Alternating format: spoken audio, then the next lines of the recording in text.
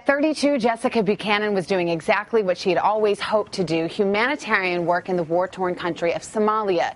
But while there, her dream of making a difference was suddenly derailed by a very serious turn of events.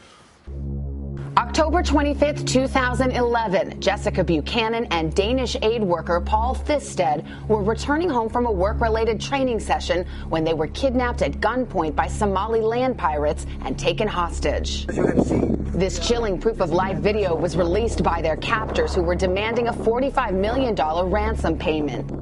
After 93 days in captivity in unsanitary conditions, Jessica's health was deteriorating. With no time to lose, President Obama ordered the U.S. military to launch a secret rescue operation. SEAL Team 6, the same group that took out Osama bin Laden in 2011, swept into the area and took the kidnappers by surprise, igniting a tense exchange of gunfire. The SEALs killed all 9 of the kidnappers, and Jessica and Paul were rescued unharmed.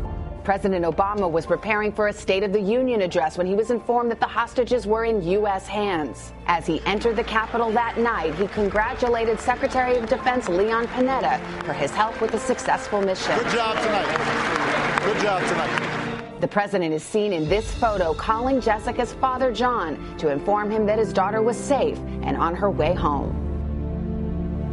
And Jessica Buchanan and her husband, Eric Londemom, write about that experience in the new book, Impossible Odds. Good morning. It is good to see both of you. Thank you. Thank you. Boy, go back to that time, Jessica, that you were on your way. You knew you were in an area that was potentially dodgy. Did you have a bad feeling about it? I did have a bad feeling in the sense that I was in an area that held a lot of insecurity, but never did I ever imagine that something such as an abduction would take place. So take us back to that moment. Suddenly, you're surrounded. Completely surrounded, yelling, screaming, hitting windshields with AK-47s, guns in my face, and then we just take off driving through the desert and to God only knows where. When you first were realizing the magnitude of the situation you found yourself in, did you think, I may die today, this is it? Absolutely. I mean, every single second of every day of the captivity, that was a possibility. Eric, for you, you obviously learned that the worst had happened, and yet you were told, you were advised by those who were experts in these situations, you were the one dealing with the captors or the negotiators. How hard was that for you to have her in captivity and for you to feel so helpless? Yeah, it was terrible. It was the worst kind of feeling that I've ever experienced. I just wanted to go in after her, but at the same time I had to just trust that the right people would do the right thing to get her back to me. Jessica, 93 days in captivity. We don't have the time to do it justice, but what were those days like, and how did they treat you?